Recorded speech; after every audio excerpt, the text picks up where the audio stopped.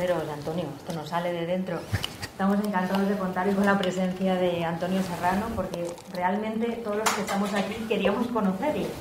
Así que te agradecemos muchísimo que hayas aceptado nuestra invitación.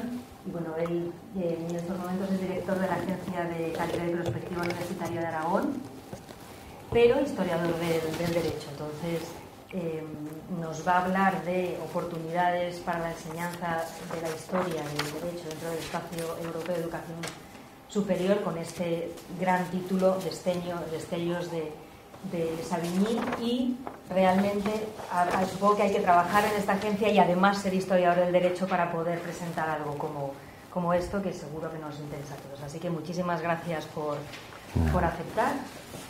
Y cuando quieras. Vale. Muchísimas gracias, Julia. ¿Se oye bien? Entonces, muchísimas gracias por asistir. El placer es mío, en el sentido más de todo corazón, auténtico y de verdad de la expresión. O sea, estoy encantado de estar aquí y sobre todo de que nos conozcamos. Una facultad tan buena. Agradezco también mucho la presencia de Manuel Bermejo, que venga de la Carlos III, de dos universidades tan importantes en España, con dos facultades de Derecho que también lo son. Y sobre todo ver que hay un equipo joven, ¿no?, que organiza estos seminarios, que me parece justo lo que hay que hacer, sin ningún ánimo de impartir lección de tipo alguno. Sí que necesito hacer, aparte de los agradecimientos, expresar esta alegría de que sobre todo este coloquio sirva para conocernos. Sí que quería hacer una mínima captatio benevolentie, porque aquí hay que hacerla, a riesgo de tomar un par de minutos al tiempo del coloquio. Cuando Julia y Laura me propusieron participar en este coloquio, pues yo la verdad es que, aparte que me llevo una gran alegría, como acabo de decir, también me produjo un poco sorpresa y preocupación, y de aquí la captatio benevolentie. Sorpresa, pues porque llevo ya algunos años, como ha dicho Julia, no dedicándome en exclusiva a la historia del derecho, sino más bien dedicándome en exclusiva, porque me lleva mucho tiempo, a la Agencia de Calidad y Prospectiva Universitaria de Aragón. Es decir, administrativamente estoy en servicios especiales, tengo un contrato como director de la agencia que además me impide dar clases. Por supuesto, sí, hacer este seminario, dirigir una tesis, ese tipo de cosas, no, eso no hay problema, puede quedar filmado. Pero no dar clases regulares, y por tanto, en cierto modo, si me permitís la expresión, estoy un poco fuera de circulación, con lo cual, aparte de la sorpresa, ahora viene la parte de preocupación, porque es difícil para mí presentaros un resultado reciente de una investigación pura y dura, como veo en el magnífico programa de estos coloquios que anualmente estáis realizando. O sea, esto es un poco... O sea, os pido de verdad, en ese sentido, excusas. Y además, a partir de aquí me parecía que lo más honesto, y lo subrayo, lo más honesto por mi parte era tratar un tema de interés en relación con la historia del derecho, pero a partir de la experiencia que estoy yo teniendo como, bueno, pues al frente de una agencia de calidad, hasta qué punto me ha servido, que sí que me ha servido para reflexionar sobre una materia tan particular como es la nuestra. Ya el derecho en sí, dentro de toda la gama de conocimientos, o no ya de áreas de conocimiento, dentro incluso de la macrorama de ciencias sociales, es muy particular. A las agencias, y esto ahora son el motivo por el cual voy a poner alguna tabla, se evidencia que el derecho tiene algo singular, tiene características singulares, que hace que presente, no resistencias, pero tiene connotaciones desde el punto de vista de las evaluaciones, o su relación, por decirlo de otro modo, con el mundo de la calidad, o de la calidad de las enseñanzas universitarias, es singular, es diferenciado, tiene matices que no presentan otras ramas de conocimiento, y me parecía que lo más honesto era hacer una reflexión que permita un coloquio luego a partir de lo que yo he podido ver o del trabajo que actualmente estoy realizando. Entonces, ya os de verdad pido disculpas, porque esta es la perspectiva que voy a tomar aquí.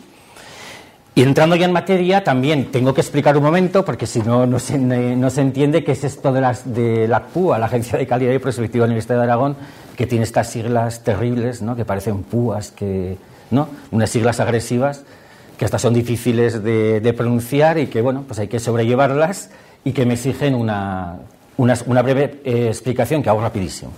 Somos una agencia autonómica de calidad universitaria, Las agencias de calidad y de evaluación universitarias, como sabéis, son creaciones, iba a decir inventos, creaciones del Espacio Europeo de Educación Superior, del Plan Bolonia. Una vez que las universidades compiten en el espacio europeo y tienen una alta autonomía, sobre todo en el diseño de sus planes de estudio, y tiene que haber estas entidades que pueden ser privadas, como hay en muchos países europeos, por ejemplo en Alemania, en otros países, o públicas, como es el caso de España, pero no solo de España, también de otros países de nuestro entorno, que tienen un poco que velar por la calidad y la evaluación, en principio, de las enseñanzas. Entonces, en este sentido, nuestra agencia no es diferente al resto. Nuestra tarea principal es velar por la calidad de las enseñanzas, no de la investigación. Aunque, como sé que es un tema que interesa, y más sobre todo a jóvenes investigadores como vosotros, no quería omitir este punto de la calidad de la investigación. Bien. Llevamos a cabo fundamentalmente, por eso ahí el segmento central, una actividad de evaluación de titulaciones, que como sabéis se descompone en lo que se llama la verificación de los planes de estudio que presentan las universidades, para luego su autorización por parte de la comunidad autónoma respectiva, y pasados unos años, 6 de un grado, 4 de un máster, llevamos a cabo la renovación de la acreditación. Y al mismo tiempo, y esto ya el sabor lo da cada comunidad autónoma, teniendo en cuenta, como sabéis muy bien, que el grueso de las evaluaciones en investigación lo llevan a cabo agencias nacionales. Estamos hablando de profesorado funcionario, lo lleva a cabo CNA y ahora ANECA, que se ha integrado, y si son proyectos de investigación que vosotros disfrutáis, pues hay otra agencia, que es la ANEP, que lleva a cabo estas evaluaciones. Ahora bien, ya cada comunidad autónoma tiene legislación propia. En nuestro caso, por ejemplo, nosotros evaluamos institutos universitarios de investigación, los evaluamos nosotros, tanto la creación como la evaluación periódica, y también llevamos a cabo la evaluación de investigación de, como se dice con jerga europea, de personas, o sea, de investigadores individuales, pero solo a nivel de sexenios y para profesorado junior de la Universidad de Zaragoza, profesorado contratado de la Universidad de Zaragoza, evaluamos sexenios de investigación que les concedemos, y también, como es creo que lo hacemos relativamente bien, a esta evaluación anual se van sumando grupos de investigadores, de institutos, el Centro Universitario de la Defensa, que está en Zaragoza, que es muy importante, que recibe unos complementos que les da el Ministerio de Defensa y que nosotros también evaluamos. Fundamentalmente, por tanto, titulaciones, investigación y centros. Como sabéis ahora, se va a poner en marcha esta evaluación, esta acreditación institucional, donde estamos ya pasando a evaluar directamente un centro, por ejemplo, la Facultad de Derecho de la Autónoma o la Facultad de Derecho de la Carlos III. Y entonces vamos a certificar sus sistemas de garantía interna de calidad, lo que significa que es un paso más en el sentido de que ahora ya te fías, otorgas confianza a las facultades o a los centros que van a recibir esta acreditación. Pero bueno, no me quiero enrollar más con este aspecto. Sí que quiero subrayar que la PUA es la agencia acreditada por Europa, por Bruselas, e inscrita en el Registro Europeo de Agencias más pequeña que hay en Europa, de todos los puntitos que veis allí, de los marcadores, con la de Estonia, la de más arriba. Somos la de dimensiones más pequeñas. No todas las agencias autonómicas españolas han conseguido esto. Hay agencias, no voy a decir cuáles, pero hay agencias que no se han acreditado en Europa y que, por tanto, no llevan a cabo todo el proceso de evaluación que concede el legislador español en nuestro país. Y simplemente añadir a este mapa que, como veis, prácticamente hay una agencia por país, hay agencias nacionales en todos los países. Bueno, luego este mapa, si lo corriéramos hacia el este, llega hasta Kazajistán, hasta el Espacio Europeo de Educación Superior, y solo Alemania y España son las que tienen bastantes agencias por el sistema federal, en el caso alemán, o el sistema autonómico que tenemos nosotros. Bien, aquí lo dejo. Somos agencia, como os decía, europea. Nos preocupan mucho los estudiantes. Todos nuestros evaluadores son de fuera de Aragón o son internacionales, con lo cual también nos anima a colaborar con nosotros. Esta es una norma que introdujimos de cara a la evaluación europea, que nos ha ido muy bien porque nos han dado la máxima nota en independencia, que es la principal. Si de los estándares que tienes que pasar, que son 14 para conseguir la acreditación europea, el más importante es el que seas independiente y que no te digan, ¿no? Nadie puede tocar tus informes, que se llevan a cabo por evaluadores externos y por comisiones completamente independientes. En nuestro caso, todas de fuera de Aragón, con lo cual neutralizas un poco esta idea. Bueno, Aragón, una agencia pequeña, un sistema universitario pequeño, solo una universidad muy grande, la Universidad de Zaragoza, una universidad privada pequeña, la Universidad de San Jorge, muy próximos. No. Ser próximos permite acompañar a las universidades, hacer una buena interlocución con ellas y con sus profesores, sus jóvenes investigadores, con los estudiantes, pero a la hora de evaluar somos tan serios como los demás y de hecho no evaluamos con profesores aragoneses. De hecho, el director de la agencia, que es yo en mi plaza, es en la Autónoma de Barcelona. Yo soy profesor de la Autónoma de Barcelona y soy profesor de la Universidad de Zaragoza. Bien, y ahora entramos ya un poco en materia. Lo que yo quería plantear un poco era... Perdón. Vamos a hacerlo con él.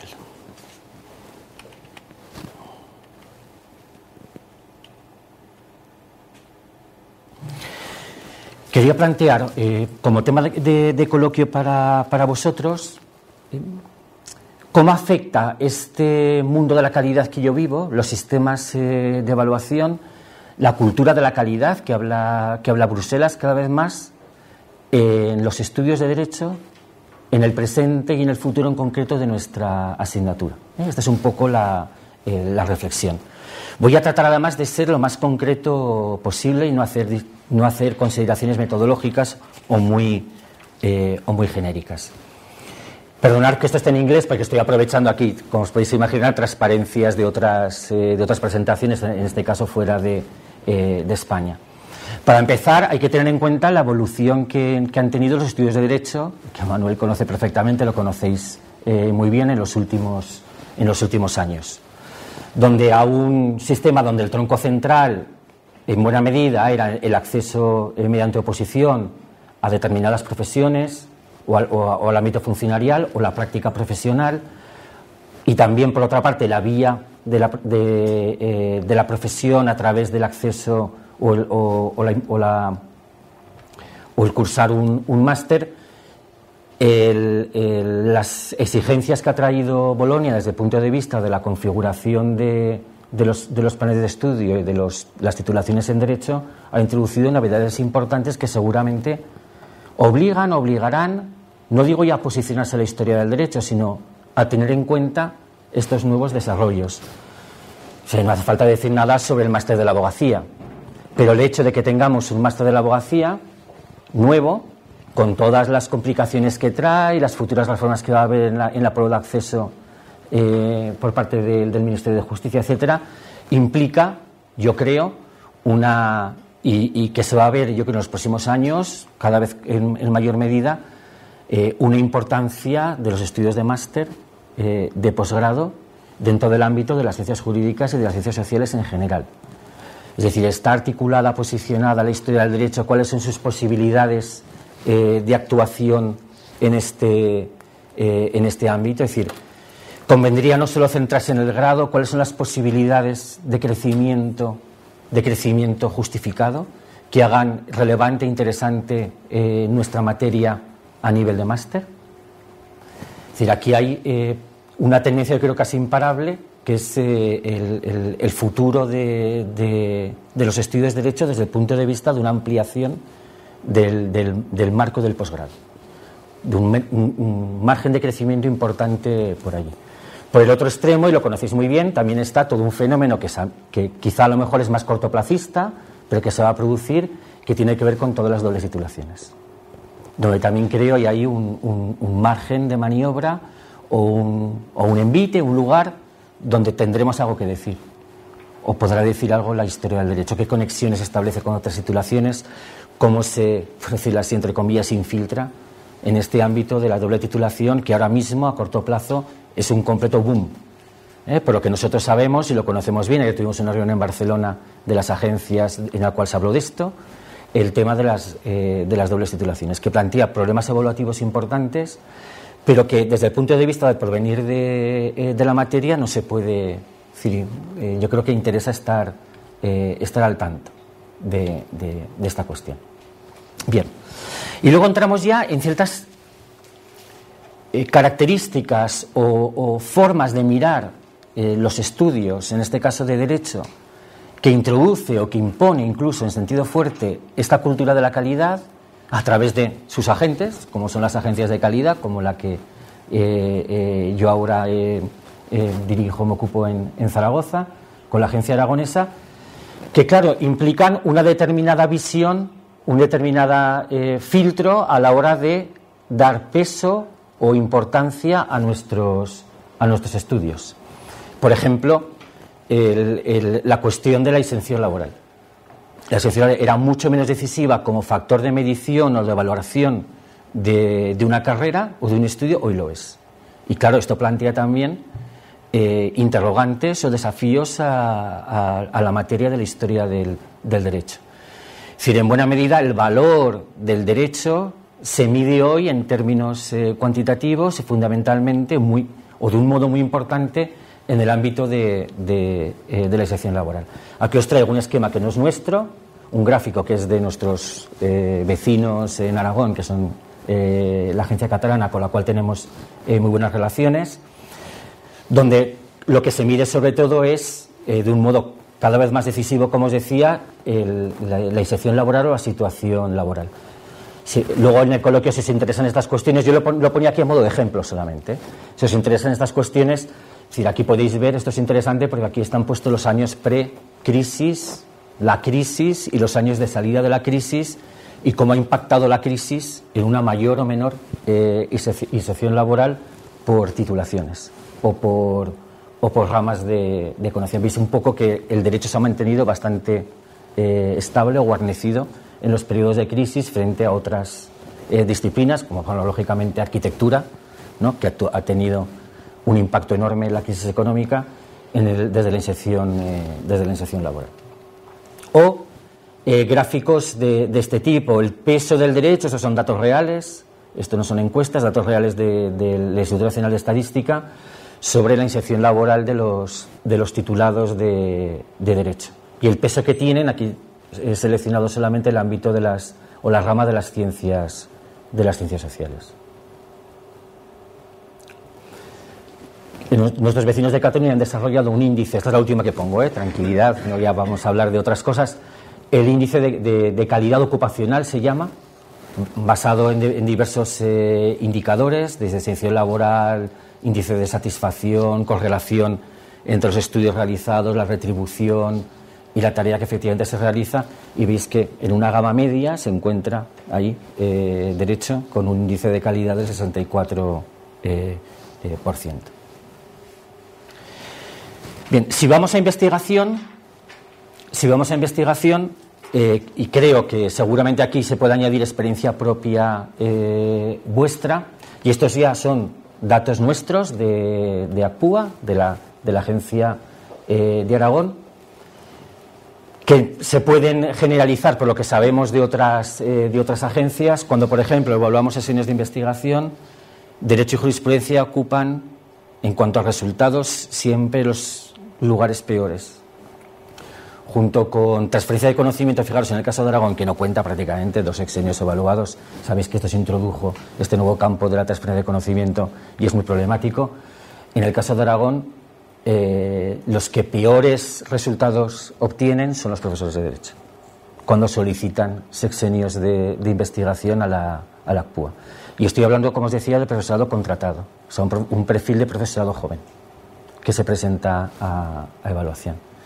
Esto también, si queréis, lo podemos hablar en el coloquio, no porque sean, yo creo, peores que sus compañeros o sus colegas de otras facultades o centros, que no sea el de Derecho, sino por el sistema de evaluación y por la forma de publicación, sobre todo, que tenemos en la Facultad de Derecho. Si es un tema que os interesa, lo podemos, si queréis, luego desarrollar, os lo dejo caer. Quiero decir que es bastante generalizable. Organizamos un seminario sobre esta cuestión porque nos preocupaba en la Facultad de Derecho de Zaragoza, con presencia de otras agencias de calidad españolas, y los resultados eran, como os decía, más o menos equiparables en ese ámbito. Bien. Prefiero, para ir avanzando, y si queremos información de cuáles son las razones, pues luego en el coloquio, si os interesa. Por ejemplo, me preocupé en Aragón de ver los recursos que hemos tenido, ¿no?, a decisiones de la agencia denegando sexenios, de ver los motivos, las razones que esgrimen los recurrentes, que luego no suelen llegar a contenciosos administrativos. De hecho, en toda la historia de la agencia hemos tenido un contencioso administrativo solamente, esos recursos de reposición, en concreto los que tiene que resolver el director, y os podría contar un poco cuáles son, ¿no?, las reclamaciones que suelen hacer vuestros compañeros, que es gente joven, que son jóvenes investigadores de derecho, cuando no les conceden el sexenio de investigación. Bien. Vamos a parar aquí el tema de las tablas y a partir de aquí voy a hacer una reflexión, y quería también introducir materia histórico-jurídica directamente. Aparece efectivamente en el título el nombre de Savigny. Quería hacer una referencia. Aquí la reflexión un poco general y luego, como os decía, doy un poco detalles en concreto. Es decir, aparte de lo que puedan añadir estos procedimientos de evaluación y los criterios de evaluación que se emplean, es evidente que hoy asistimos a unas transformaciones muy importantes en el ámbito de la educación superior, dentro del espacio de educación superior, y también, como aparecía en el abstract que tenéis, especialmente en el ámbito americano y asiático, que yo no sé hasta qué punto pone en buena o mala situación a la historia del derecho. Cambios en el mercado de trabajo, aproximaciones desde el punto de vista de promoción de la empleabilidad, es decir, adquisición de competencias por parte de egresados en derecho que fomenten la empleabilidad, donde parece claro no está bien parada o no puede quedar bien parada la asignatura. Las nuevas tecnologías, la movilidad, los nuevos métodos de enseñanza, todo tipo de iniciativas, dobles titulaciones a nivel internacional, cross-border cooperation, nuevas profesiones en relación con nuevas tecnologías, nuevas identidades culturales. Es decir, ¿qué supone y qué implica esto desde el punto de vista de la historia del derecho? Yo la primera impresión que tuve al moverme en este ámbito es el de una cierta perplejidad y, ¿por qué no?, sí, una cierta tristeza, viniendo un poco de la historia del derecho. Si, por poneros un ejemplo, nosotros que trabajamos fuentes y documentación, la documentación que yo tengo que manejar familiarmente, los estándares and guidelines en calidad, en garantía externa de calidad del Espacio Europeo de Educación Superior, los protocolos de evaluación, las guías de evaluación, los documentos que llegan de la Unión Europea en materia de calidad, los comunicados de la Conferencia de Ministros de Educación del Espacio Europeo de Educación Superior en materia de calidad, que ahora va a haber uno nuevo en 2018 en la Conferencia de París. La historia no ocupa lugar alguno. O sea, parece como si hubiera quedado sacralizada en estas grandes palabras que designan programas o planes, como Bolonia, Erasmus, ¿no?, Leonardo, etcétera. La realidad es que la historia no, ni siquiera como, os voy a decir, como adorno. Os pongo un ejemplo. La semana pasada tuvo lugar la Asamblea General de ENCOA, que es la Asociación Europea de Agencias, la que te evalúa a las agencias y te permite escribirte en el registro. Nos reunimos en un lugar histórico que era el CIEP, ahora mismo el Centro de Estudios Pedagógicos de Francia, fundado después de la Segunda Guerra Mundial, pero que fue en su momento la manufactura real de Sèvres. Ahí había Luis XV, es decir, había connotación histórica por todas partes. Y durante la Tercera República Francesa, la primera escuela normal superior para estudiantes, para chicas, para jeunes filles. En el aula donde nos reuníamos, no es que ella impartiera clases, es que estudió como alumna Marie Curie. Nadie hizo una referencia, ni siquiera protocolariamente en los discursos de bienvenida o de clausura, a ese hecho. O sea, en este ámbito de la calidad, a mí me hubiera salido, solo un poco por deformación profesional, hacer una alusión. No interesa, ese estrato de la historia no parece que ocupe lugar alguno. Sí, y creo que estaremos de acuerdo, si la universidad es una institución antigua, vieja, ¿no?, que ha llegado sin solución de continuidad hasta nosotros, tal vez con la Iglesia Católica, pero antes que el Estado moderno, que ha llegado hasta la actualidad, incólume, sigue siendo la universidad, y por tanto el peso de la tradición y del pasado es al menos tan importante como el del futuro. Parece, en toda esta nueva dimensión de la calidad del espacio europeo de educación superior, como si no fuera pertinente, como si todo el peso estuviera puesto del lado del futuro, del lado del porvenir, del lado del corto plazo. Si a esto le añadimos la supremacía clara, evidente de la medición, cuando renovamos acreditación de enseñanzas y tomamos un grado en Derecho y miramos cómo es la información que se da a los estudiantes, cómo está organizado el título, cuáles son los recursos, cuáles son las competencias, y luego una serie de indicadores de satisfacción, de abandono, tasas de inserción laboral. Es decir, son criterios que tienden a ser cuantitativos y que siempre caen del lado de una medición lo más clara y exacta y, por tanto, cuantitativa posible. Y, al mismo tiempo, la noción de calidad que mantenemos las agencias tiene que competir con otra que seguramente es todavía más discutible, que es la noción de calidad medible mediante rankings. Mediante rankings universitarios de todo tipo, que interesan además mucho a las autoridades universitarias y a las autoridades gubernativas o administrativas con competencias en materia de educación superior. Y parece que estos dos criterios de medición, la calidad de las evaluaciones de las agencias, y he olvidado decir la calidad de las evaluaciones de la investigación, de las publicaciones de los sexenios, por ejemplo, o cuando se acredita profesorado, etcétera,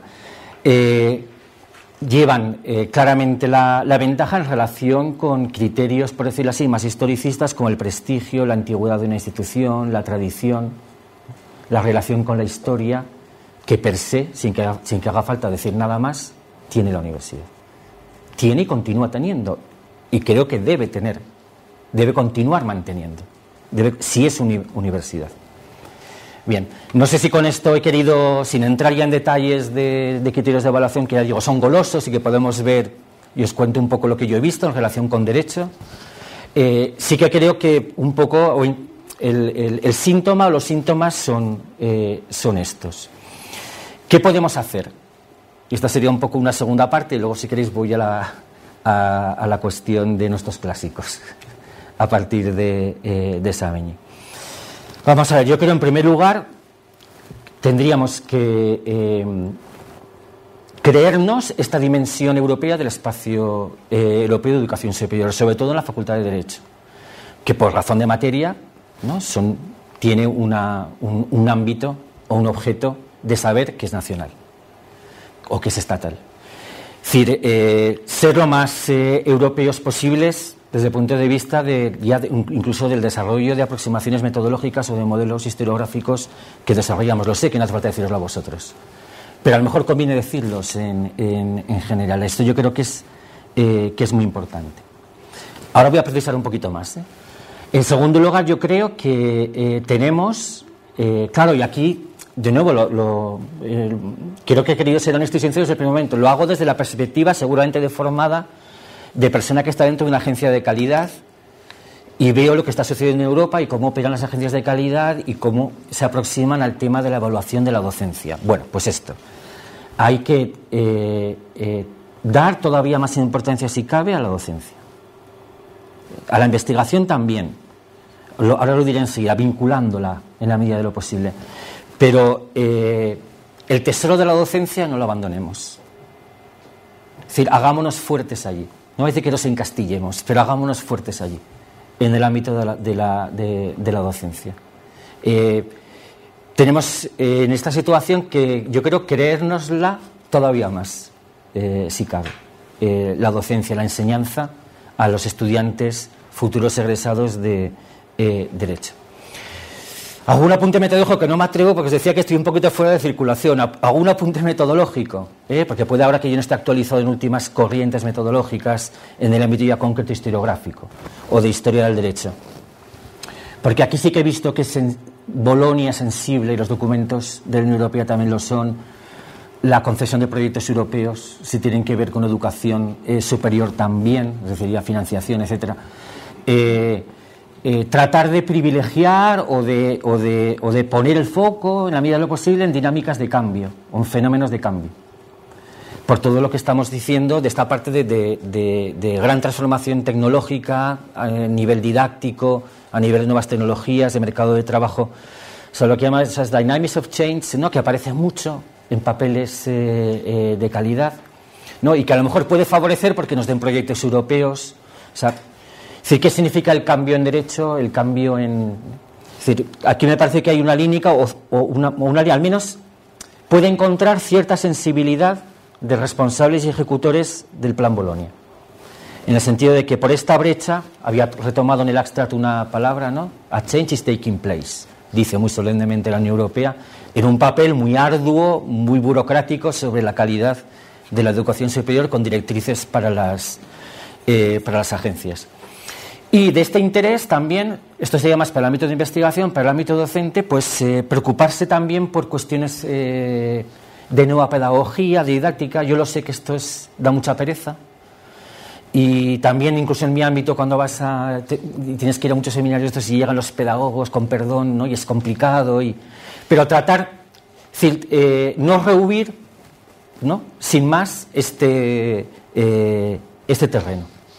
Acordarnos de Humboldt, que estos lo hacían, y ahora enseguida pondré el ejemplo de Sabin, y acordarnos de Humboldt, de los modelos de enseñanza, y qué podemos aportar nosotros, que sabemos que innovamos, y vosotros aquí en la Autónoma o en la Carlos III innováis. Es decir, ser sensibles a esta cuestión. Pues nos da ya un poco recomendaciones tácticas del tipo de trabajar corporativamente allí donde es importante estar. Y aquí, por ejemplo, yo creo que tenemos un buen ejemplo de nuestros colegas italianos.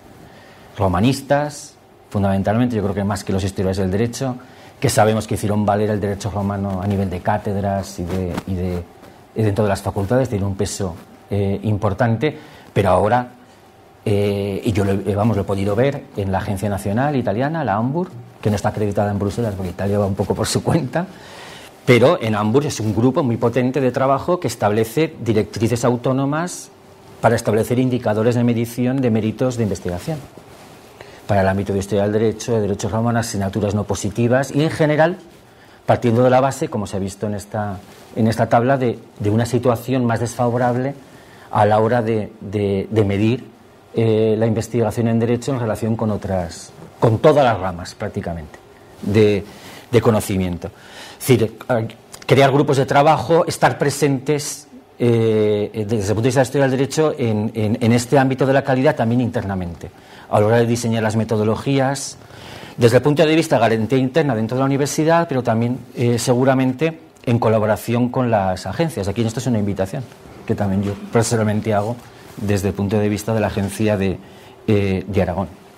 Y además, si damos un paso adelante, el panorama no es tan adverso. Aquí venía un poco también lo que decía, dar oportunidades en este medio que no lo parece. Es verdad que todo hace pensar que el ámbito de las ciencias sociales y humanas, y más en particular el ámbito del derecho, venga, y si me apuráis, el de la historia del derecho está en una situación desventajosa en el contexto actual. Pero también es verdad que hay obstáculos objetivos que se pueden remover o intentar remover. O sea, si combatimos esta situación, a lo mejor, pues yo qué sé, con proliferación de nuevas titulaciones o proliferación de programas o con parcelación en áreas o en microáreas, a lo mejor ese no es el camino adecuado.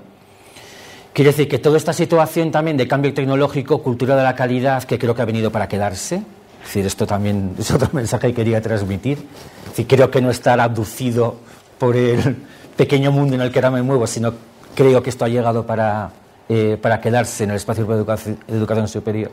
El tema de la evaluación y que vas a ser evaluado y que ya no estás encastillado en tu torre de marfil de tu despacho, de tu área, sino que te pueden pedir el examen, como sabéis.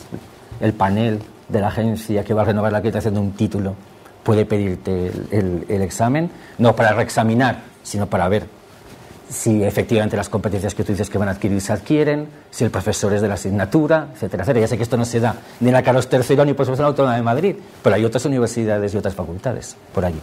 Bien, quiero decir que hay que hacer del inconveniente una virtud.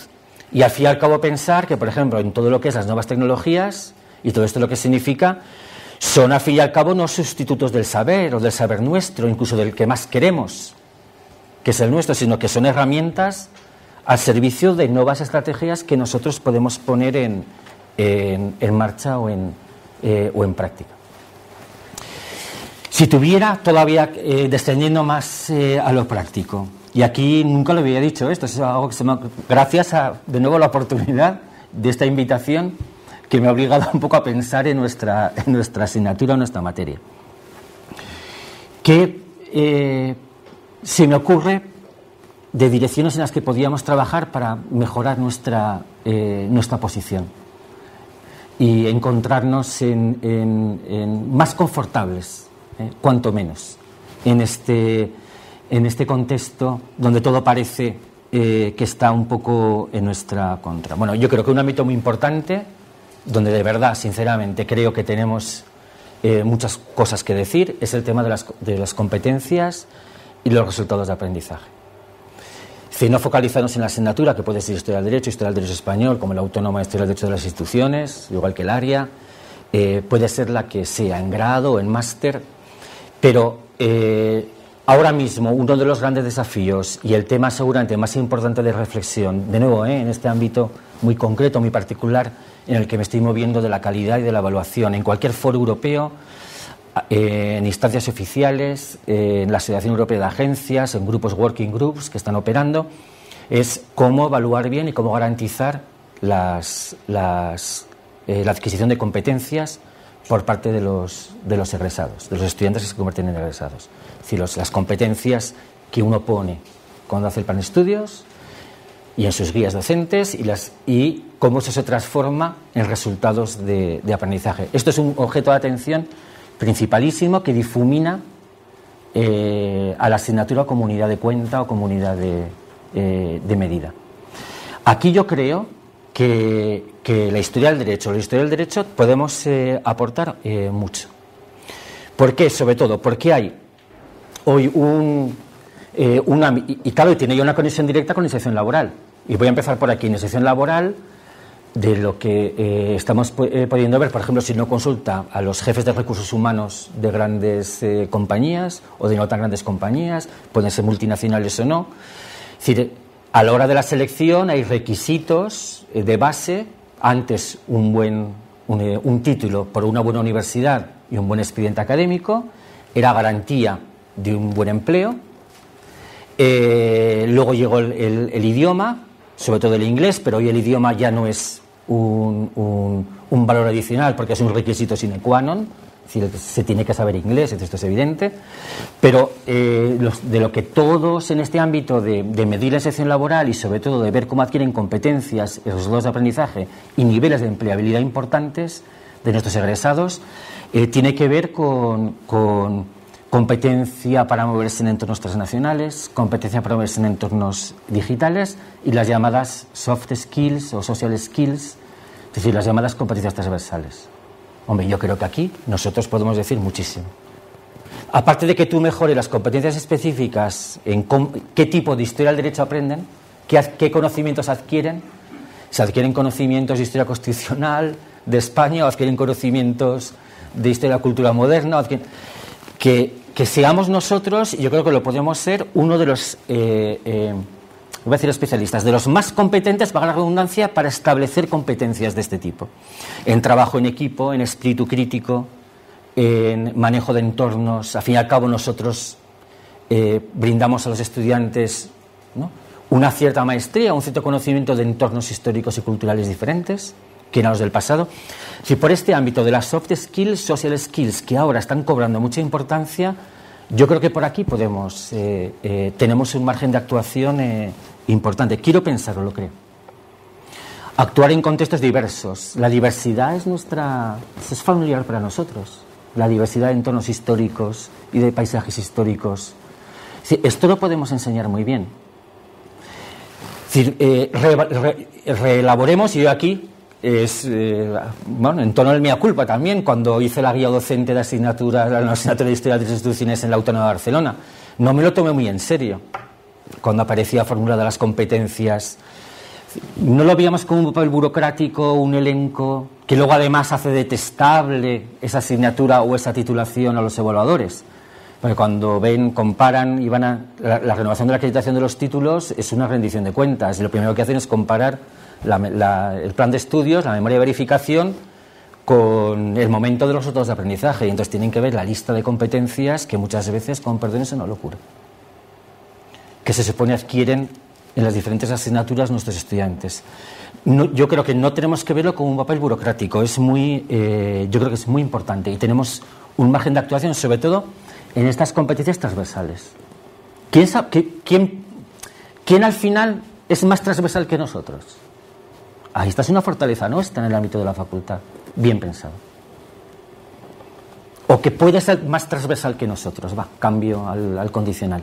Yo creo que aquí es el primer, incluso para segmentos de empleabilidad muy relacionados, directamente relacionados con nuevas tecnologías. Porque como sabemos ahora, este es también un tema que preocupa directamente, va a la agenda de la Conferencia de Ministros de Educación de París del año que viene, el tema de todo lo que supone, como sabéis, la inteligencia artificial y cómo esto correlativamente exige social skills, soft skills por parte de los nuevos egresados, aunque no sepamos las profesiones nuevas que se van a crear, sí que sabemos que estas competencias son necesarias y que es preciso desde el punto de vista de las reglas del juego, digámoslo así, con los robots, o desde el punto de vista de la inteligencia artificial, allí tenemos mucho que decir. Esto tiene que ser también, yo creo, familiar para nosotros. En segundo lugar, algo que también en este mundo de la calidad las agencias se preocupan y controlan, como se preocupan en Bruselas y nos controlan a nosotros, es la relación con los grupos de interés, con los stakeholders. Es decir, no podemos vivir encerrados entre colegas, esto se ha terminado, de la misma manera que nuestros paneles de evaluación, nuestros comités, sean asesores, sean de gobierno, sean técnicos de las agencias, tenemos que tener stakeholders, estudiantes, empresarios, profesionales, para renovar una acreditación, para verificar un título. Es decir, hace falta... trabajemos un poquito más en este ámbito. Hagamos que colaboren con nosotros más profesionales. Se supone que los nuevos estándares de calidad, el mandato evangélico hoy es Student Centered Learning, es decir, el estudiante en el centro de la docencia universitaria, ¿no? Hagamos que estén aquí, hagamos lo posible por tenerlos próximos a nosotros. Y yo creo que la historia del derecho puede ser muy atractiva. Explica lo diverso, tiene este componente de dimensión social, que creo que lo tiene, la asignatura.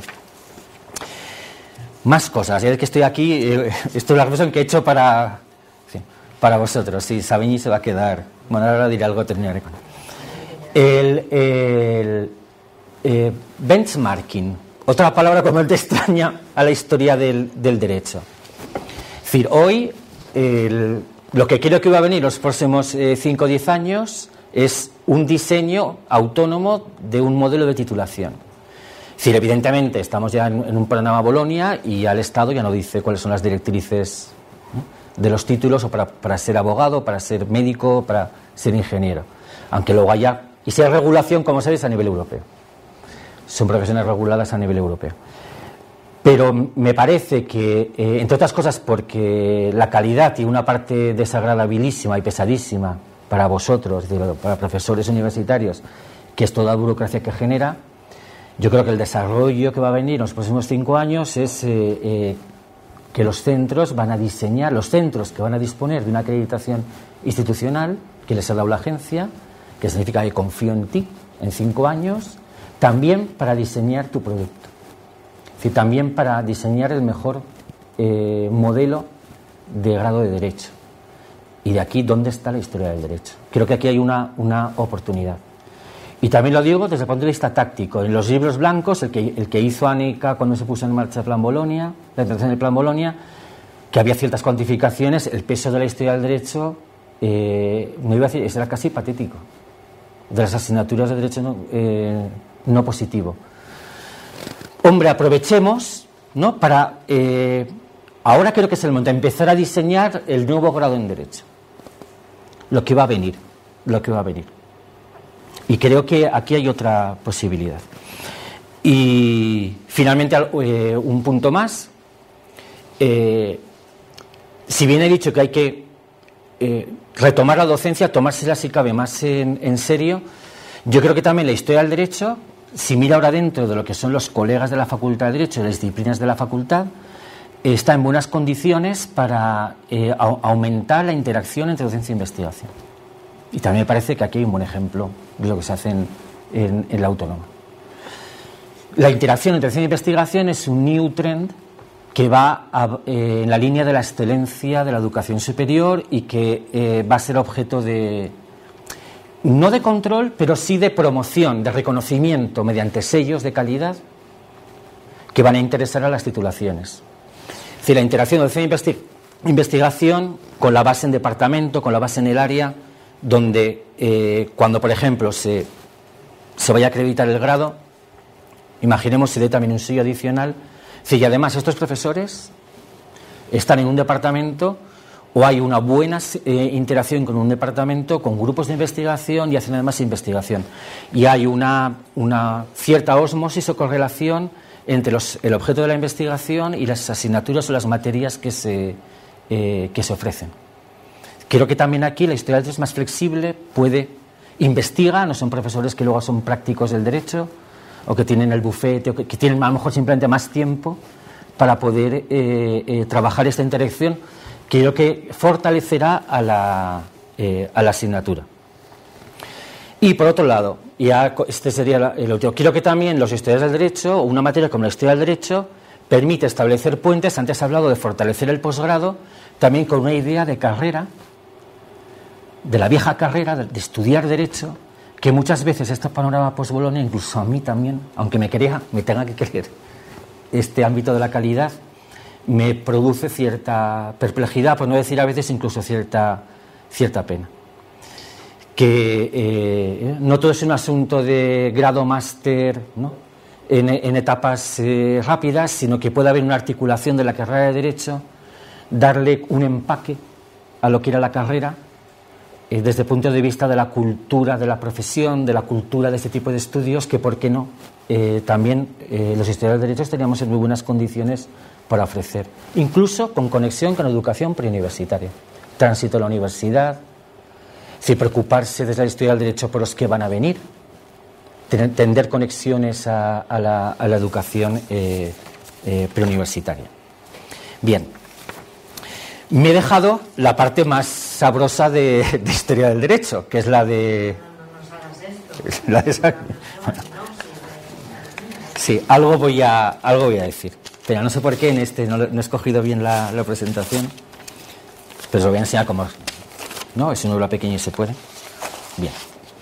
En toda esta reflexión me ha inspirado un clásico que llega, pues a lo mejor, que bueno, igual quedaba hasta un poco cursi, luego vi que Orestano tenía, ¿no?, también estas metáforas lumínicas sobre Savigny y la influencia de Savigny y las posibles lecturas que se pueden hacer hoy de Savigny, pero efectivamente me ha inspirado en Savigny. Tengo 5 minutos, entonces, Julia, ¿o paro? ¿Paro? Simplemente digo qué tipo de Savigny y ya está. Y luego si queréis hablamos. Vamos a ver, que aquí tengo mis notitas que iban en la transparencia. A ver, lo voy a decir el Savigny que me gustaría rescatar como ejemplo de un cierto tipo de nueva clasicidad adaptado a los tiempos de hoy que mantenga la asignatura y la vivifique. No el Savigny, que no es Savigny, sino lo que viene detrás de él, de la escuela histórica y los debates sobre la escuela histórica, con ese corazón del espíritu del Volksgeist, ¿no?, del espíritu del pueblo y todo lo que ha podido dar de sí, para bien y para mal, en nuestras fronteras, fuera de ellas. No el Savigny del Beruf, de la vocación de nuestro tiempo para la jurisprudencia, entendido como lo hemos solido estudiar o lo hemos solido explicar como contraposición para explicar el debate entre Thibaut, la codificación y la escuela histórica, una visión historicista, sin códigos del derecho y la nueva visión del código. Tampoco el Savigny de los años 40, el Savigny del sistema de derecho romano. Este Savigny es de los años 20. Este Savigny acaba de lanzar el programa de la nueva herramienta para investigar en derecho, que es cuando funda la Childschrift, ¿no? Für die geschichtliche Rechtswissenschaft, con el famoso Vorrede, con el famoso prólogo, que hemos utilizado los que hemos trabajado hace años en revistas jurídicas, ¿no? Era un poco el foco de inspiración. Una vez hecho esto, el Savigny que viaja a Italia, el de los viajes a Italia, este Savigny. Este que ahora está ya digitalizado, ¿no? Su estudio sobre cómo se da derecho en Italia. Cuando va en los años 20, en el 25, en el 27, luego vuelve en los años 30, de arriba abajo, primero las universidades de... Esto lo cuento así ya, sin papeles, rápidamente. Los viajes primero por las universidades de la Lombardía, bajo el modelo austriaco, luego baja a la Toscana, donde se supone que ha quedado derogado el Código Napoleón y vuelve otra vez a Florare Ius Comune, y visita Florencia y Siena, Pavía antes en Lombardía, luego Roma y luego Nápoles. Ese Savigny es estupendo, me parece, como ejemplo de cómo se puede retomar y servir de ejemplo para afrontar estos desafíos. Un Savigny que viaja, que ama el sur, por cierto, lo cual no está mal, que ama el sur, es Capri, cuando están en Nápoles. No es él, esto es una famosa relato de Schinkel, pero podía ser él. Cuando escribe algo que hoy a veces no nos dignamos en escribir, que nos da mucha fatiga y mucha cosa, escribir guías docentes, y Savigny que va y anota, coge las guías docentes de estas facultades de Derecho y apunta y escribe, daban clase y la clase es de lunes a miércoles y dura tanto la Derecho Romano. Y el curso comienza el 15 de noviembre aquí y termina en agosto. Y explican con este manual. Y el profesor es así o es allá. Y un Savigny que hace guías docentes, que solo le falta utilizar la palabra resultados de aprendizaje y competencias para el jurista, que trabaja con todo el rato la interrelación teoría y práctica, que busca, que me parece inteligentísimo, cuando va a Italia siempre mediadores que no son académicos, que son juristas abogados. Lo hace con Capelli en Florencia, lo hace con Nicolini en Nápoles, lo hace también en Roma. Es decir, gente que le permite con un ojo entrar dentro del aula, algo que no hacemos, por ejemplo, cuando evaluamos. En otros países las agencias evalúan y se meten dentro de la clase, de Historia del Derecho, por ejemplo, a ver cómo da clase el profesor. Savigny lo hace. Se preocupa por la educación superior extrauniversitaria, es decir, dónde se imparte derecho en el mundo tan fértil y tan vivaz de las academias en Nápoles y las escuelas de práctica jurídica napolitanas, del foro napolitano, deslumbrado por ese mundo, y reconstruye una guía docente y un programa para la asignatura. Liberado sin perjuicio, su primera expresión es ohne Vorurteil. Uno debe mirar Italia sin prejuicios, porque si voy con el prejuicio humboldtiano del modelo prusiano de universidad me echo a llorar. Pero si voy y observo otra forma de enlazar teoría y práctica del derecho, ¿no? Historia y derecho positivo, es decir, a lo mejor conseguimos reconstruir. Hubiera necesitado más tiempo en el juego que iba a hacer. Iba a coger un ejemplo muy maniqueo, porque también me interesa trabajar ese momento sobre Jhering. Iba a tomar, si queréis, contar una anécdota de Jhering para mostrar dos actitudes un poco ante la docencia del derecho muy diferentes. Esta solar, de Destellos, de Savigny, que va, mira, aprende y redacta y se interesa por las horas de las asignaturas y por las guías, y la posición genial, ¿no?, del genio que hace emerger los conceptos, que es Jhering, pero en su despacho, ¿no?, solo, ¿no?, el genio que está solo creando. Si queréis os lo cuento. En todo caso, un poco la conclusión es el ejemplo de Savigny me servía un poco para darnos ánimos, en el sentido de no perdamos de vista a un padre fundador que en el fondo ha hecho creer esta asignatura y que debidamente adaptado en contextos actuales tiene una posición de salvación de la asignatura, ¿no?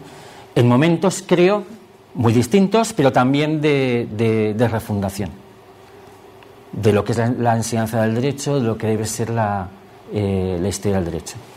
Bien, y quería terminar, porque esto también lo tenía previsto, con este ejemplo de este Savigny, que de toda Italia, donde más le gusta, lo dice, no aquí, pero en sus diarios, en el Atlas que está en la Universidad de Marburg, lo dice: el único sitio de Italia donde yo viviría es en Nápoles. En realidad, este Savigny que me interesa, que he dicho que es el de la franja de los años 20, es el Nápoles de Aldo Mazzarani, que sentí mucho su muerte, le aprendí mucho de él y le quería dedicar yo esta charla. Bueno, y ahora me paro y hablamos. Venga. No. Que se me ha ido el tiempo volando, ¿no? Ahora caerá sobre mi conciencia el peso de que Antonio Serrano contara todo esto. Bueno, muchísimas gracias. Creo que hemos disfrutado mucho y además realmente creo que es el mejor público para un tema como este. Sí. Porque tenemos a expertos de gestión universitaria que sacan adelante mira, lo tenías.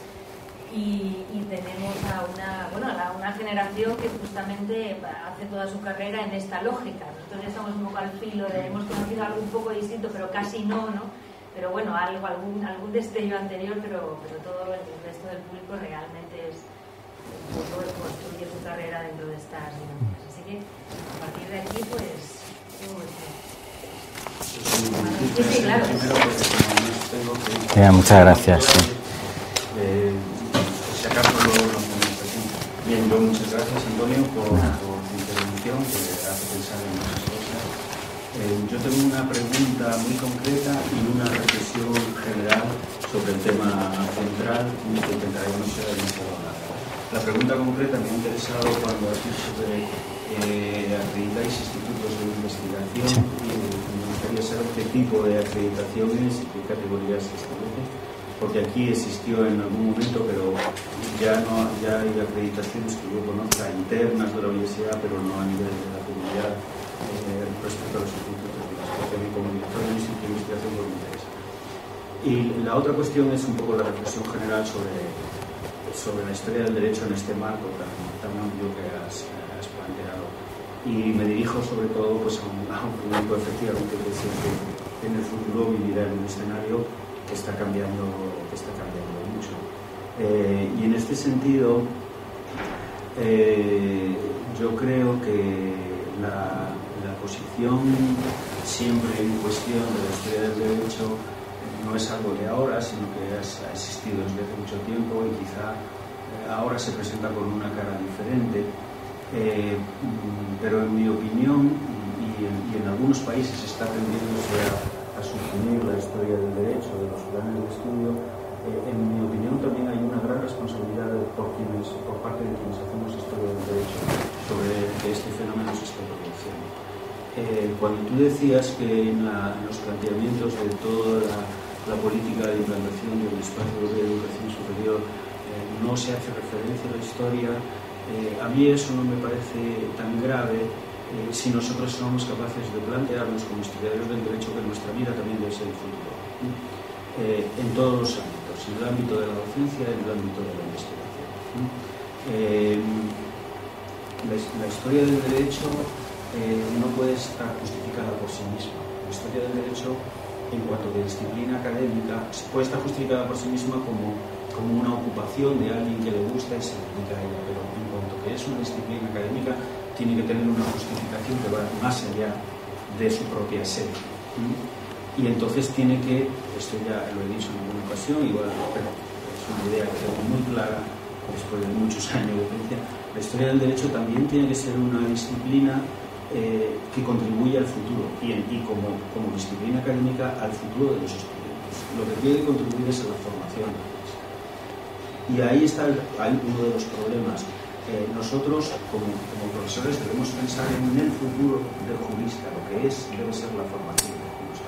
Y tenemos que diseñar los planes de estudio atendiendo a lo que es lo que va a contribuir a la formación del jurista. No podemos explicar lo que queramos, no podemos pretender crear programas inmensos, no podemos pretender agotar todos los programas.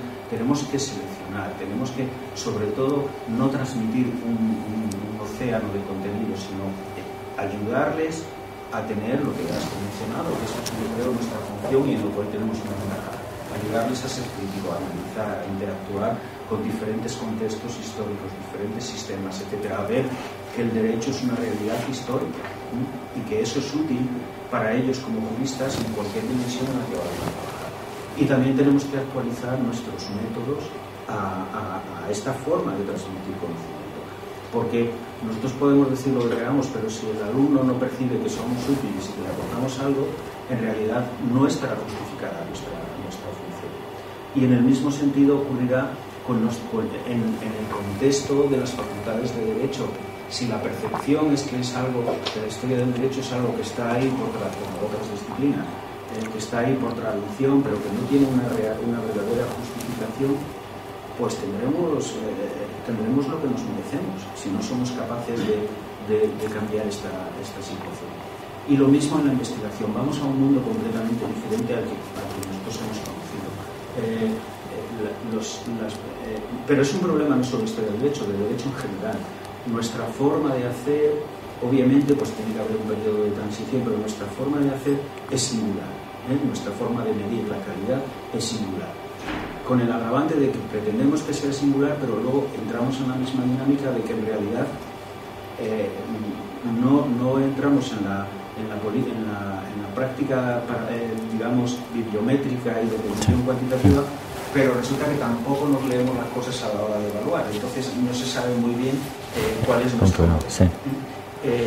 Y es inevitable, es que esto es clarísimo, no sé en qué grado, pero vamos hacia una convergencia también en derecho hacia ciertas formas de medir la calidad con las de otras disciplinas que no son jurídicas. Por ejemplo, y vamos al mundo de los ACR y vamos al mundo de las revistas de impacto, y etcétera. Y los jóvenes tienen que hacerse a la idea de que ese va a ser su futuro, por lo menos en una parte importante. Y entonces, a la hora de investigar, uno también tiene que tener una estrategia. Ya no vale lo de que investigo sobre lo que me gusta y me dedico a un tema que... Uno tiene que tener una estrategia, si quiere tener un problema. Tiene que pensar, ¿qué voy a publicar? ¿Sobre qué voy a investigar?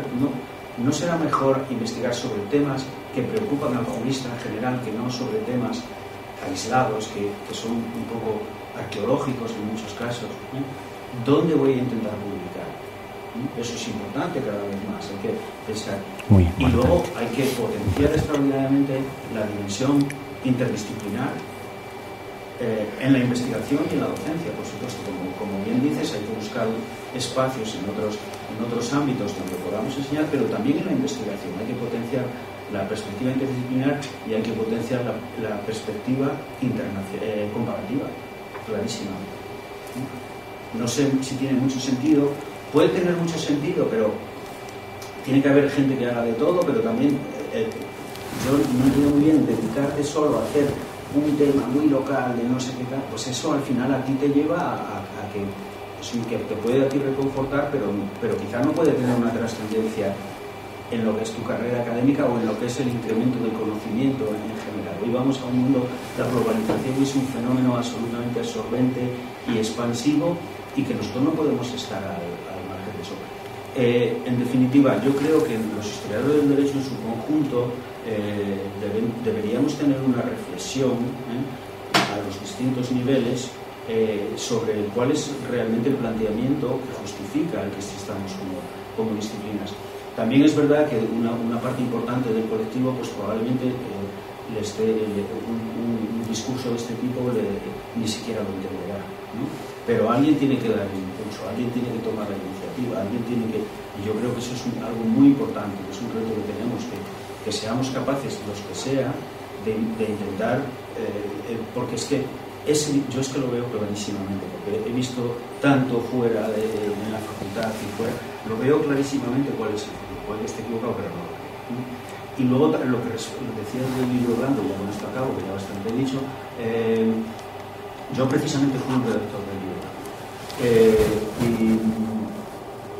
Y es cierto que la proporción de la materia del grado dedicado a materias no positivas pues es escasa. También es verdad que en el libro blanco era lo que era posible conseguir. Sí. Pero a veces podemos pecar un poco también de perder la perspectiva. También debemos pensar, o sea, que uno tiende a ver lo suyo siempre como, quizá debemos pensar cuál es la dimensión real que debe tener las disciplinas no positivas. Es que igual no tiene que ser un ámbito muy grande, tiene que ser el que sea. Tiene que ser el que es proporcionado. Quizá yo pienso, tiene mucho sentido que un alumno tenga que estudiar mucho más derecho mercantil que historia del derecho. Yo estoy convencido de eso. Y de derecho penal, y de derecho administrativo. Estoy convencido.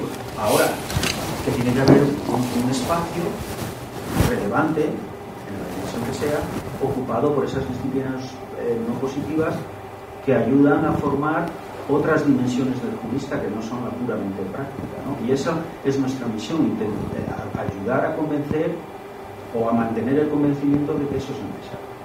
Pero también tenemos que cambiarnos. En general, algunos ya lo han hecho, otros lo han hecho menos, pero en general y eso era mi reflexión, que podría extenderme mucho más, pero obviamente no quiero agotar al personal ni tampoco muy bien. Te agradezco mucho también. No, nada, muchas gracias. ¿Contesto como se tenía que ir o...? Nada, muchísimas gracias. Sobre las tres cosas, la segunda y central es que completamente de acuerdo, se lo has dicho mucho mejor que yo. En el fondo es esto. Lo que pasa es que, claro, había cierta petición de principio en mi posición aquí, porque tengo que partir de la asignatura, de la materia, pero en realidad nada se justifica. En el fondo esto es... Si no, nada se justifica por sí mismo. Esto es así. O sea, tienes toda la razón. O sea, en el sentido de que hay que ganárselo, ¿no? Y que además con estas nuevas, seguramente, reglas del juego que obligan a una reflexión y a un cambio. Es decir, lo has dicho de un modo más sabio y mucho más preciso que yo. Imagino además que una facultad como la tuya, que estás muy cerca de los economistas, si hablamos de investigación, de índices bibliométricos y cuantitativos, claro, ahí hay un decalaje entre una materia y otra. Y sí que es verdad, también me parece, estoy de acuerdo, que esto hay que decirlo, sobre todo ¿no? generacionalmente, a la gente que está en esta disposición, que hay que construir la estrategia investigadora en función de esto, porque es imparable. Cada vez más habrá revistas jurídicas indexadas, cada vez más se va a ir hacia... Y es importante que los estudiadores de hecho tengamos una revista que tenga algún impacto. Sí. Porque es que si no, va a haber una imposibilidad de los jóvenes investigadores de tener relevancia en el impacto de sus publicaciones si no hay revistas con un perfil que acojan esas investigaciones. Eso es otra tarea que tenemos que hacer. Sí, esto es completamente de acuerdo y que además que es, hasta me sale el adjetivo, es cruel, pero es así.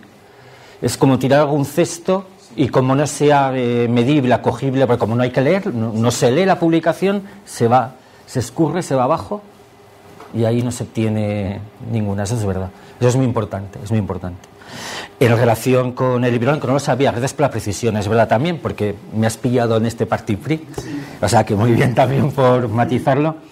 Y rápidamente, en cuanto a los institutos internos de investigación, es verdad, vamos a ver, esto es una actividad de evaluación que es verdad que no llevan a cabo muchas agencias.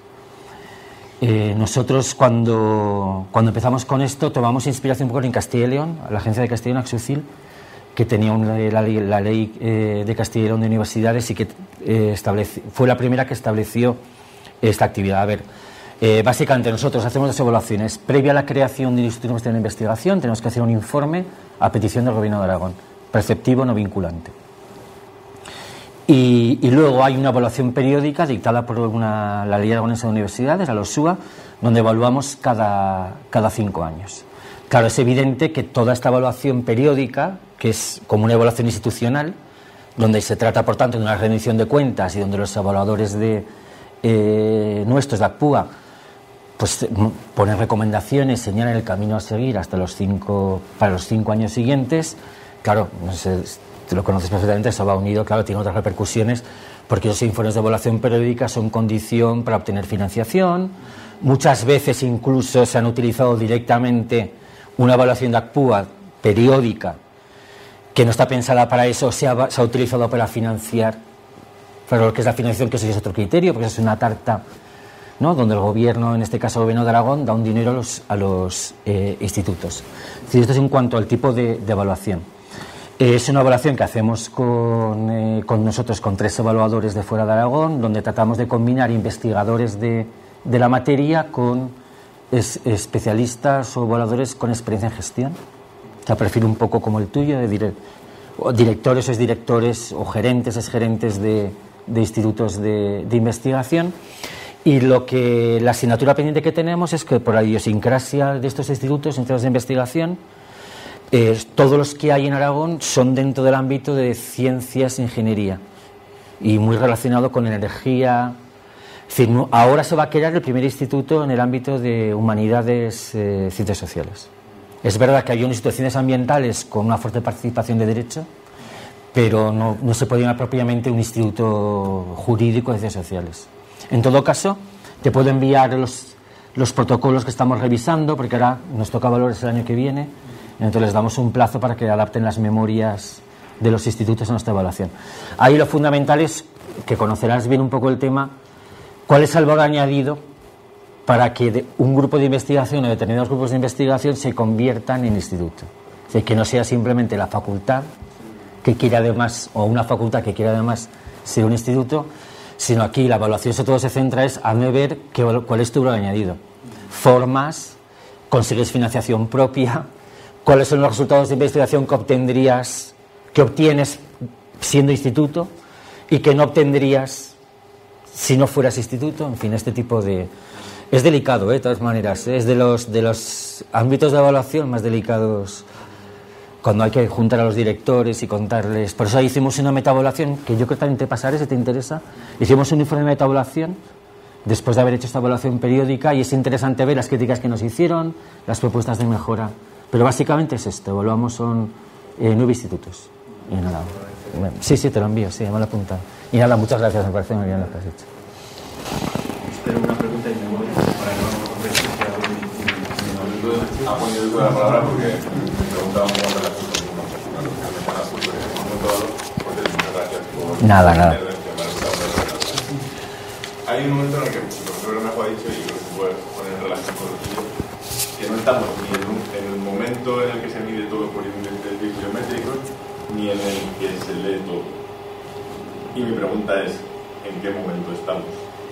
Yo sospecho, es una cosa de la ignorancia, que estamos en un momento en el que rige la idea, debería regir la idea de los índices bibliométricos, pero que de momento no se puede aplicar a materias como el derecho. Y mi pregunta es, ¿qué tipo de correctores se utilizan?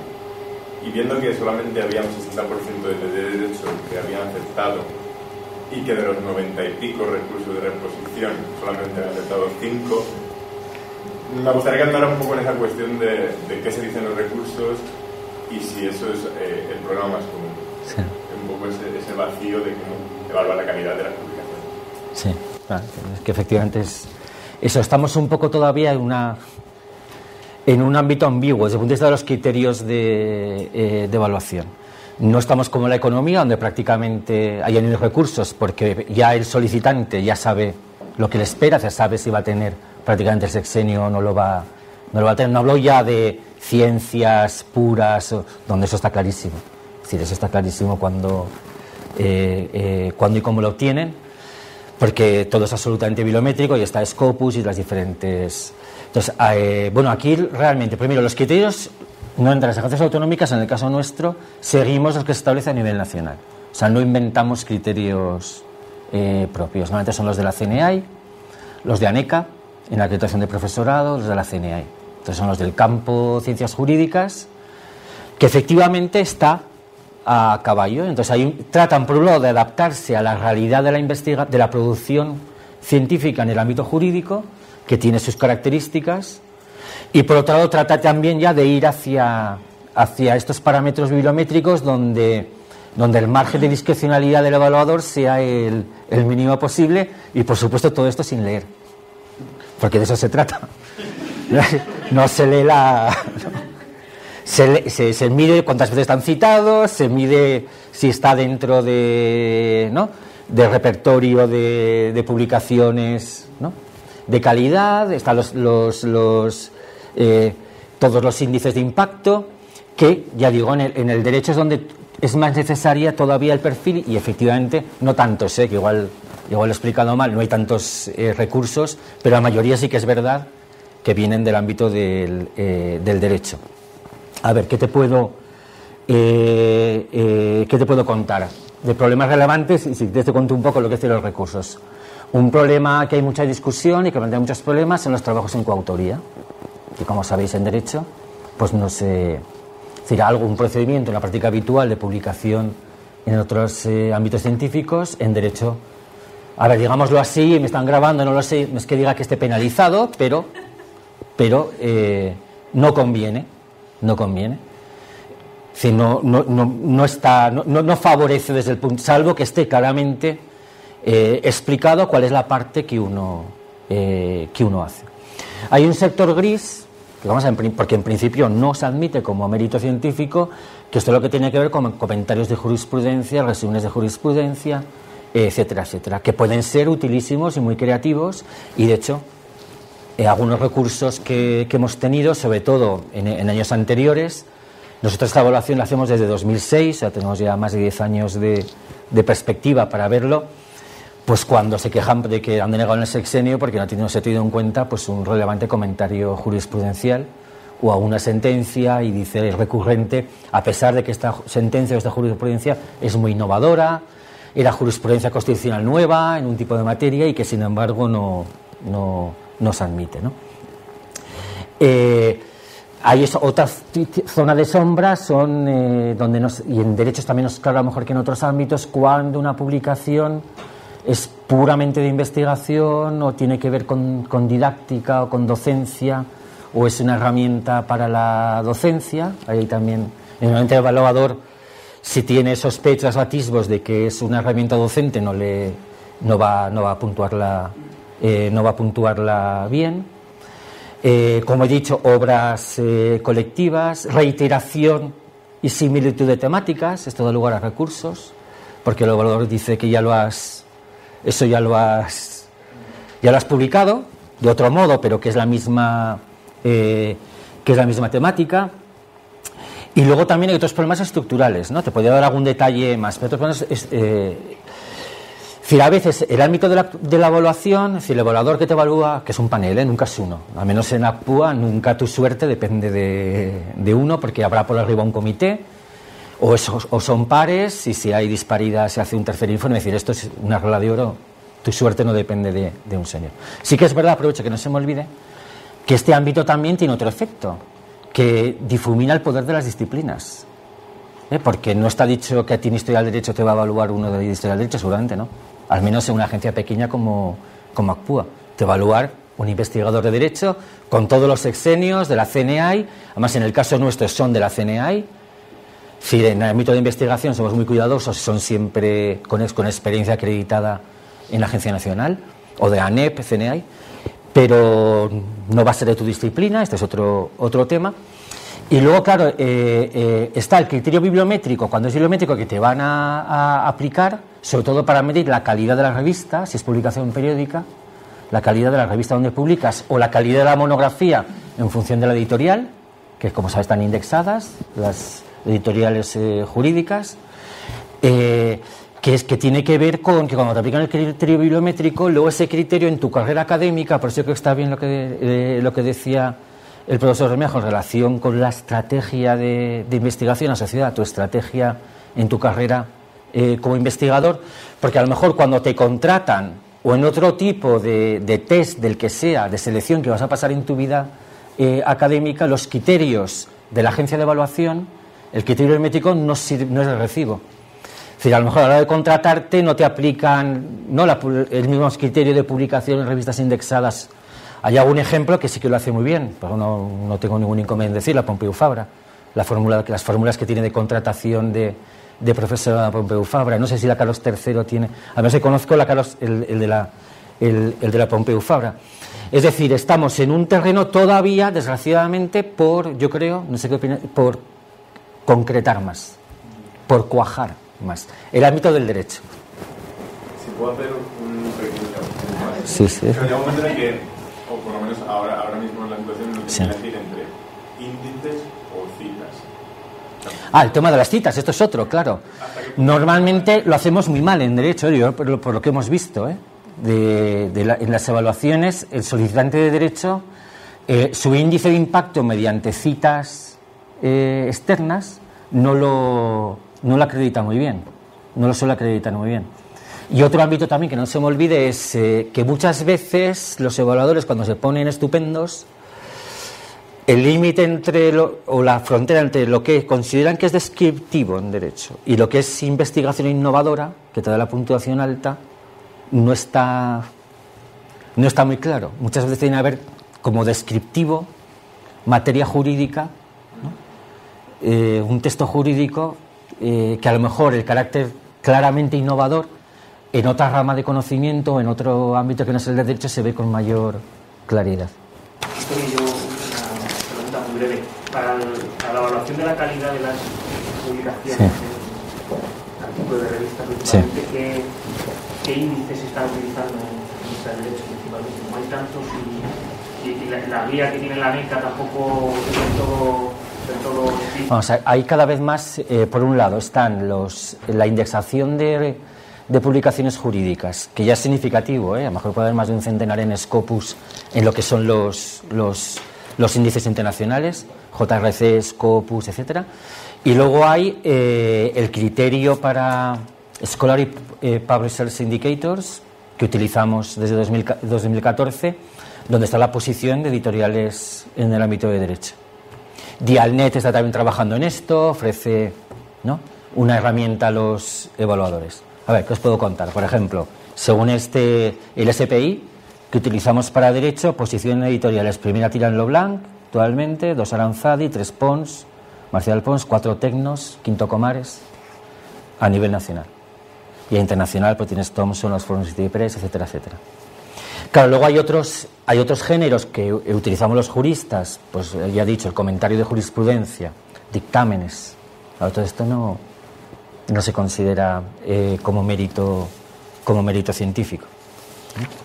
Entonces sí que es importante, a la hora que te plantees la publicación, interesarte por dónde están estas publicaciones. Y de nuevo, el debate está abierto. Hay unas iniciativas, no sé si lo sabéis, esto lo está llevando adelante ANECA que al fin y al cabo evalúa a los funcionarios y acredita a los funcionarios, con las editoriales universitarias, editoriales también públicas, para hacer un ranking propio, ¿no?, que le sirva a ANECA de revistas. Pero esto plantea problemas, porque también hay editoriales como estas que he citado, privadas, que son muy importantes. Si estamos en un momento entre nosotros, así como en economía, esto es todo ya pura indexación. La coautoría está aceptada, se publica mucho en inglés. Tenemos también el problema de la internacionalización, porque publicamos en castellano, no publicamos en inglés. Por tanto, se te escapa todos los lugares de publicación que están en indexaciones internacionales. Pero sí que es importante saber dónde vas a publicar. Sabéis que no os interesa nada, porque no cuenta como mérito, que publiquéis en la editorial de la universidad en la que estáis. Entonces son cosas que son... Ahora, de todas maneras, si queréis información, os puedo enviar cómo lo hacemos nosotros y cuáles los criterios que utilizamos, que son, por otro lado, los nacionales. Pero efectivamente, el resultado, si une los criterios de evaluación, que son todavía ambiguos, la palabra no es ambiguo, son claros, pero están en un terreno todavía entre específico para derecho y ya universalizable desde el punto de vista de indexación bibliométrica, y luego también el tipo de producción que tenemos nosotros, con comentarios, dictámenes, monografías, poco libro colectivo, etc.